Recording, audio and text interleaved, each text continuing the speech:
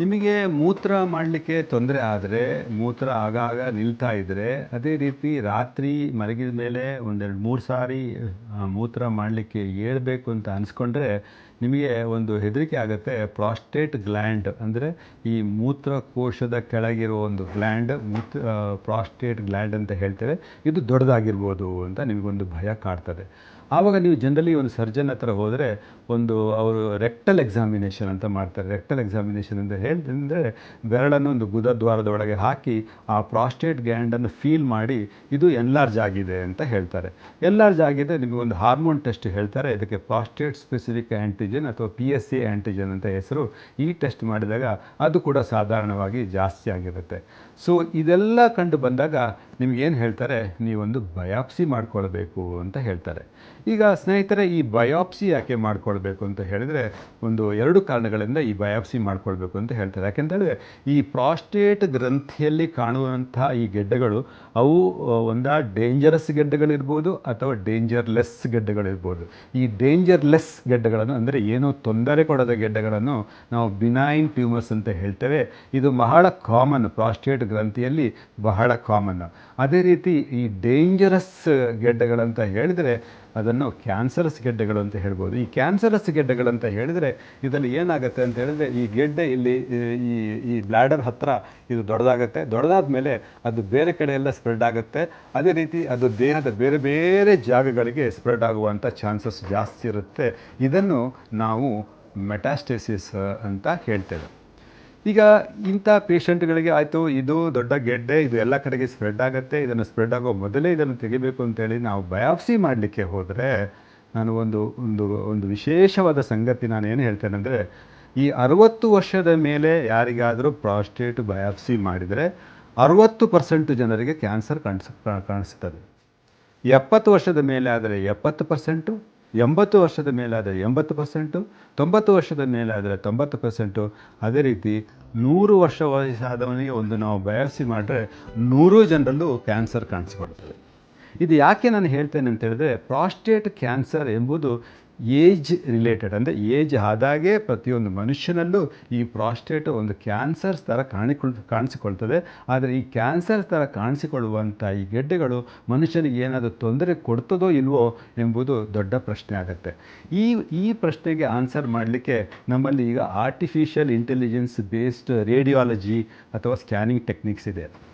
As A radiologist ಅಂದರೆ ಕಿರಣ ತಜ್ಞನಾಗಿ ತಿಂಗಳಿಗೆ ಸಾಧಾರಣ 100ರಿಂದ 150 ಸ್ಕ್ಯಾನ್ ಇಂಥ ಪೇಷಂಟ್ಗಳಿಗೆಲ್ಲ ಸುಮಾರು 25 ವರ್ಷದಿಂದ ನಾನು ಮಾಡಿ ನಿಮಗೆ ಹೇಳುವ ವಿಶೇಷ ಏನಂತ ಹೇಳಿದರೆ, ನಾನು ಹೇಳೋದು ಮಾತ್ರ ಅಲ್ಲ, ಪ್ರತಿಯೊಂದು ಯೂನಿವರ್ಸಿಟೀಸ್ಗಳು ಮತ್ತು ರಿಸರ್ಚ್ ಇನ್ಸ್ಟಿಟ್ಯೂಷನ್ಸ್ ಏನು ಹೇಳ್ತಾರೆ ಅಂತ ಹೇಳಿದ್ರೆ 95ರಿಂದ 99% ಈ ಪ್ರಾಸ್ಟೇಟ್ ಸ್ವೆಲ್ಲಿಂಗ್ಸು ತೊಂದರೆ ಕೊಡುವಂಥದ್ದು ಅಲ್ಲ ಅಂತ ಪ್ರೂವ್ ಆಗಿದೆ. ಹಾಗಾದರೆ ತೊಂದರೆ ಕೊಡೋದು ಅಲ್ಲವೋ ಹೌದೋ ಅಂತ ನಮಗೆ ಗೊತ್ತಾಗಬೇಕಾದ್ರೆ ನಾವೊಂದು MRI ಸ್ಕ್ಯಾನ್, ಅಂದರೆ ನಾವೆಂತ ಹೇಳ್ತೇವೆ, ಮಲ್ಟಿ ಪ್ಯಾರಾಮೆಟ್ರಿಕ್ MRI ಸ್ಕ್ಯಾನ್ ಮಾಡೋದರಿಂದ ನಾವು ಇದನ್ನು ಕಂಡು ಹಿಡ್ಬೋದು. ಈ ಮಲ್ಟಿ ಪ್ಯಾರಾಮೆಟ್ರಿಕ್ MRI ಸ್ಕ್ಯಾನಲ್ಲಿ ನಾವು ಏನು ಹೇಳ್ತೇವೆ, ನಂಬರ್ 1 ಅಂತ ಹೇಳಿದರೆ, ಈ ಡೇಂಜರಸ್ ಗೆಡ್ಡೆಗಳಿಗೆ ಒಂದು ಕವಚ, ಒಂದು ಕ್ಯಾಪ್ಸೂಲ್ ಅಥವಾ ಒಂದು ಕೋಟೆ ಥರ ಇರ್ತದೆ. ಅದರಲ್ಲೆಲ್ಲ ಕ್ಯಾನ್ಸರ್ ಸೆಲ್ಸ್ ಅದರ ಒಳಗೆ ಇರುತ್ತೆ. ಇದು ಬಾಡಿದು ಡಿಫೆನ್ಸ್ ಮೆಕ್ಯಾನಿಸಮ್ ಅಥವಾ ಇಮ್ಯೂನ್ ಮೆಕ್ಯಾನಿಸಮ್. ಈ ಪರ್ಟಿಕ್ಯುಲರ್ ಡಿಫೆನ್ಸ್ ಅಥವಾ ಇಮ್ಯೂನ್ ಮೆಕ್ಯಾನಿಸಮಲ್ಲಿ body will try their best. ಅಂದರೆ ನಾನು ಹೇಳಿದೆಲ್ಲ, ಪ್ರತಿಯೊಂದು ಬಾಡಿಗೂ survival, living with love and happiness, ಸಂತೋಷವಾಗಿರಬೇಕು ಅನ್ನೋದು ಪ್ರತಿಯೊಂದು ಜೀವಿಯು ಪ್ರಯತ್ನ ಮಾಡೋದ್ರಿಂದ ಈ ಕ್ಯಾನ್ಸರ್ ಸೆಲ್ ಅಥವಾ ರೋಗ್ ಸೆಲ್ಸ್ ಅಥವಾ ಈ ಕೆಟ್ಟ ಸೆಲ್ಗಳು ಈ ಪ್ರಾಸ್ಟೇಟಲ್ಲಿ ಉದ್ಭವ ಹೊಂದಿದ ಕೂಡಲೇ ಈ ಕೋಟೆ ಎಲ್ಲ ಬಂದುಬಿಟ್ಟು ಅದನ್ನು ಕಟ್ಟಿ ಹಾಕಿಬಿಡ್ತದೆ. ಸೊ ಆ ಕಟ್ಟಿ ಹಾಕಿದೆ ಇಲ್ವಾ ಅಂತ ನಾವು MRIಲಿ ನೋಡ್ಬೋದು. ಇದೆಲ್ಲ ಒಂದೇ ಕಡೆ ಇದೆಯೋ ಅಂತ ನಾವು ನೋಡ್ಬೋದು. ಇದನ್ನು ನಾವು ಬಿನೈನ್ ಟ್ಯೂಮರ್ ಅಂತ ನಾವು ಹೇಳ್ತೇವೆ. ಇನ್ನೊಂದು 3 ವಿಷಯ ಇಂಪಾರ್ಟೆಂಟ್ ಈ ಕ್ಯಾನ್ಸರ್ಸ್ ಟ್ಯೂಮರ್ಸಲ್ಲಿ ಏನಂತ ಹೇಳಿದ್ರೆ, ಅವುಗಳಿಗೆ ಬ್ಲಡ್ ಸಪ್ಲೈ ಜಾಸ್ತಿ ಇರುತ್ತೆ. ಯಾಕಂದರೆ ಅದು ತುಂಬ ಡಿವೈಡ್ ಆಗ್ತಾ ಇರ್ತದೆ. ಎಲ್ಲ ಬ್ಲಡ್ಡನ್ನು ಅವೇ ಎಳ್ಕೊಂಡ್ಬಿಟ್ಟು ಅವು ಡಿವೈಡ್ ಆಗ್ತಾ ಬರ್ತದೆ. ಅದಕ್ಕೆ ಬ್ಲಡ್ ಸಪ್ಲೈ ಜಾಸ್ತಿ ಇರುತ್ತೆ. ಅಲ್ಲಿ ನಂಬರ್ ಆಫ್ ಜೀವಕೋಶಗಳು ಜಾಸ್ತಿ ಇರುತ್ತೆ.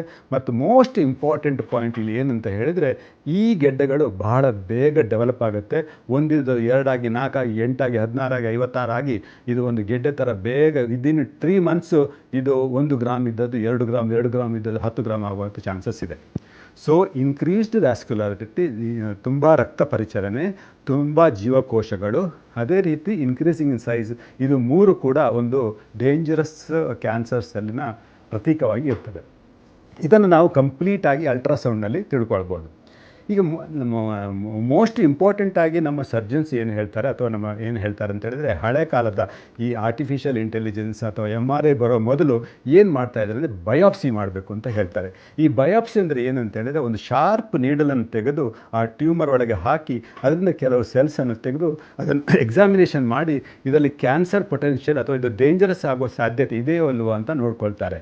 ಆ್ಯಕ್ಚುಲಿ ಏನಾಗುತ್ತೆ ಅಂತ ಹೇಳಿದರೆ, ಈಗ ನಾವು ನೀಡಲ್ ಹಾಕಿದಾಗ ಈ ಬಾಡಿದ ಡಿಫೆನ್ಸ್ ಮೆಕ್ಯಾನಿಸಮ್ ಅಥವಾ ಬಾಡಿದ ಇಮ್ಯುನಿಟಿ ಮೆಕ್ಯಾನಿಸಮ್ ಯಾವುದೆಲ್ಲ ಈ ಟ್ಯೂಮರನ್ನು ಕಟ್ಟಿ ಹಾಕಬೇಕು ಅಂತ ಎಣಿಸ್ಕೊಳ್ತಾ ಇದ್ದೇವೋ ಅದನ್ನು ನಾವು ಒಂದು ಸೂಜಿ ಹಾಕಿ ಅದನ್ನು ಬ್ರೇಕ್ ಮಾಡಿದಾಗೆ ಆಗುತ್ತೆ. ಸೊ ಈ ಬ್ರೇಕ್ ಮಾಡಿದಾಗ ಈ ಟ್ಯೂಮರ್ ಸ್ಪ್ರೆಡ್ ಆಗೋ ಚಾನ್ಸಸ್ ಭಾರಿ ಬೇಗ ಆಗುತ್ತೆ. ಸೊ ಸ್ನೇಹಿತರೆ, ನಾನು ಏನು ಹೇಳ್ತೇನೆ ಅಂತ ಹೇಳಿದರೆ, ಯಾವಾಗಾದರೂ ಈ PSA ಜಾಸ್ತಿ ಆದರೆ ಅಥವಾ ಗೆಡ್ಡೆ ತನಕ ಕಾಣಿಸ್ಕೊಂಡ್ರೆ ಅದನ್ನು ನಾವು MRI ಮಾಡ್ಕೊಂಡ್ಬಿಟ್ಟು ಅಥವಾ ನಾವು ಇಮೇಜಿಂಗ್ ಮಾಡ್ಕೊಂಡ್ಬಿಟ್ಟು ಇದು ಡೇಂಜರಸ್ ಅಲ್ವಾ ಅಂತ ನಾವು ತುಂಬ ಖಂಡಿತವಾಗಿ ಅಥವಾ ತುಂಬ ಅಕ್ಯುರೇಟ್ ಆಗಿ ನಾವು ಹೇಳ್ಕೊಳ್ಬೋದು.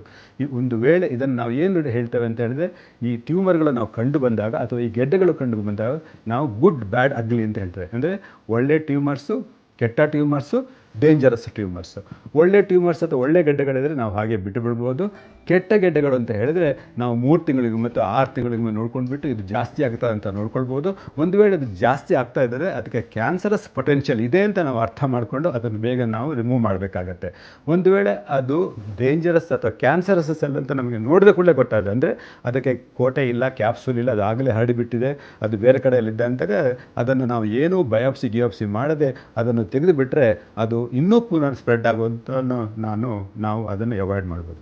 ಸ್ನೇಹಿತರೆ, ಕೊನೆಯದಾಗಿ ನಾನು ಏನು ಹೇಳ್ತೇನೆ ಅಂದರೆ, ಈ ಗೆಡ್ಡೆಗಳು ಯಾಕೆ ಆಗ್ತದೆ? ಈ ಗೆಡ್ಡೆಗಳು ಒಂದು ಫಿಸಿಕಲ್ ಇಂಜುರಿಲಿ ಆಗ್ಬೋದು, ಅಥವಾ ಒಂದು ಈ ಬ್ಯಾಕ್ಟೀರಿಯಲ್ ಅಥವಾ ಕೀಟಾಣುಗಳ ಇಂಜುರಿಯಿಂದ ಆಗ್ಬೋದು, ಕೆಮಿಕಲ್ ಇಂಜುರಿಯಿಂದ ಆಗ್ಬೋದು, ಅಥವಾ ಮೋಸ್ಟ್ ಇಂಪಾರ್ಟೆಂಟ್ ಸೈಕಲಾಜಿಕಲ್ ಇಂಜುರಿಯಿಂದ ಆಗುತ್ತೆ. ಸೊ ಸೈಕಲಾಜಿಕಲ್ ಅಥವಾ mental stress, tension, anxiety is the most common for most of the diseases including cancer. So ಎಲ್ಲರೂ ಪ್ರೀತಿ ವಿಶ್ವಾಸದಿಂದ ಕೆಲಸ ಮಾಡಬೇಕು. ಪ್ರತಿಯೊಬ್ಬರು ಅವರ ಕೆಲಸವನ್ನು ಗೌರವ ಕೊಟ್ಟರೆ, ಪ್ರತಿಯೊಬ್ಬರು ಅವರ ಕೆಲಸವನ್ನು ಪ್ರೀತಿ ವಿಶ್ವಾಸದಿಂದ ಮಾಡಿದರೆ ಈ ಆಂಗ್ಸೈಟಿ, ಟೆನ್ಷನ್ನು ಮತ್ತು ಈ ಎಲ್ಲ ಥರದ ಸ್ಟ್ರೆಸ್ಗಳನ್ನು ನಾವು ಕಮ್ಮಿ ಮಾಡ್ಕೊಳ್ಬೋದು. ಅದೇ ರೀತಿ ಇನ್ನೂ ನಿಮಗೆ ಸ್ಟ್ರೆಸ್ಸು, ಟೆನ್ಷನು, ಇದು ಕ್ಯಾನ್ಸರ್ ಇದೆ ಅಂತ ಹೇಳಿದ್ರೆ ನೀವು ಇನ್ನೂ ಒಂದು ಕೆಲಸ ಮಾಡ್ಬೋದು. ಯಾವುದಾದ್ರೂ ಗೌರ್ಮೆಂಟ್ ಹಾಸ್ಪಿಟ್ಲಲ್ಲಿ ಕ್ಯಾನ್ಸರ್ ಪೇಷಂಟ್ಸ್ ಜೊತೆ ನೀವು ಅರ್ಧ ಗಂಟೆ, 1 ಗಂಟೆ, 2 ಗಂಟೆ ನೀವು ಕೂತ್ಕೊಳ್ಬೇಕು. ನಾವು ತುಂಬ ಸಣ್ಣ ಮಕ್ಕಳನ್ನು ಕ್ಯಾನ್ಸರಲ್ಲಿ ನೋಡ್ತಾ ಇದ್ದೇವೆ. ಅವರು ಎಷ್ಟು ಕಷ್ಟಪಡ್ತಾರಂತ ನೀವು ನೋಡ್ಬೋದು. ನೀವು ಅಲ್ಲಿ ಹೋದರೆ ನಿಮ್ಮ ಸ್ಟ್ರೆಸ್ಸು, ಟೆನ್ಷನು, ಆಂಗ್ಸೈಟಿ ಎಲ್ಲ ಕಮ್ಮಿ ಆಗುತ್ತೆ. ಆವಾಗ ನೀವೇ ನೆನೆಸ್ಕೊಳ್ತೀರಿ, ಎಲ್ಲ ವರ್ಕ್ ಈಸ್ ವರ್ಷಿಪ್, ಅಂದರೆ ಕಾಯಕವೇ ಕೈಲಾಸ. ನಿಮ್ಮ ಕೆಲಸವನ್ನು ನೀವು ಚೆನ್ನಾಗಿ ಮಾಡ್ಕೊಂಡು ಬರ್ಬೋದು. ನಿಮ್ಮ ಕೆಲಸಕ್ಕೆ ನಾವು ತುಂಬ ಪ್ರೀತಿ ವಿಶ್ವಾಸ ಕೊಡ್ಬೋದು. ಕೇವಲ ಹಣ ಮಾತ್ರ ಅಲ್ಲ, ನಿಮ್ಮ ಆರೋಗ್ಯಕ್ಕೆ ಹಾಗೂ ನಿಮ್ಮ ಸಂತೋಷಕ್ಕೋಸ್ಕರ ನೀವು ಕೆಲಸ ಮಾಡಿಕೊಂಡು ನೀವು ಮಾಡ್ತಾ ಇದ್ದರೆ ನಿಮಗೆ ಹೆಚ್ಚಿನ ಸ್ಟ್ರೆಸ್, ಟೆನ್ಷನ್ ಇರೋದಿಲ್ಲ. ಈ ಮಾತನ್ನು ಹೇಳಿ ನಾನು ಎಲ್ಲರಿಗೂ ಒಳ್ಳೆಯದಾಗಲಿ. ಸರ್ವೇ ಜನಃ ಸುಖಿನೋ ಭವಂತು.